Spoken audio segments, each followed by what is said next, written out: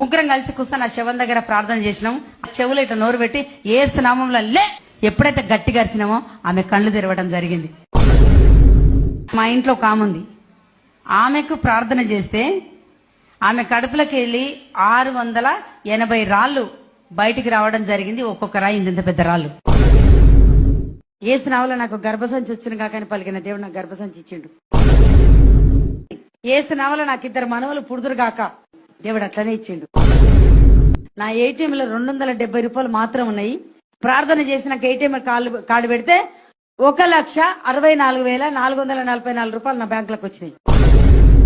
ఏసు నామములో పరలోక బంగారంలో నుంచి ఒక తులం గొలుసు రోడ్డు మీద పడను గాక. 4 గంటలకు అడిగిన 7 గంటలకు ఉప్పల రింగ్ రోడ్ కడ దొరికింది నాకు. దబకన గ్యాస్ అయిపోయింది అనుకుందాం. పరిశుద్ధాత్ముడు పక్కకున్నట్టుగా చెప్పొచ్చు కదా దీనకు. పరిశుద్ధాత్ముడా గ్యాస్ అయిపోయింది నాయన అంటే గ్యాస్ అని మన ఇంటి ముందర తీసుకొచ్చి పెడతాడు ఆయన.